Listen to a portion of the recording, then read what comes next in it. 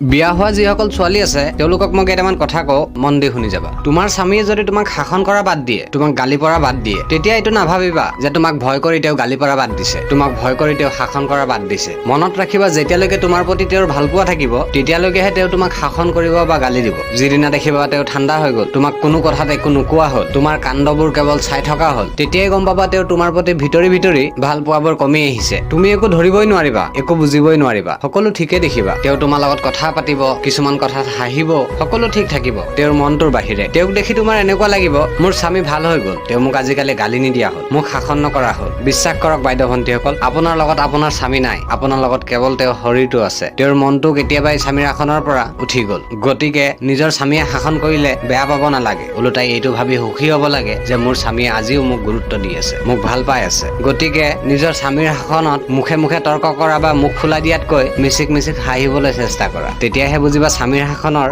মজা কি। কথাখিনি যিসকলে বুজি পাইছা তেওঁলোকেহে লাইক কমেণ্ট কৰিবা। আৰু এটা কথা, ভিডিঅ'টো কোনে কোন জিলাৰ পৰা চাই আছা জনাবলৈ নাপাহৰিবা। ধন্যবাদ।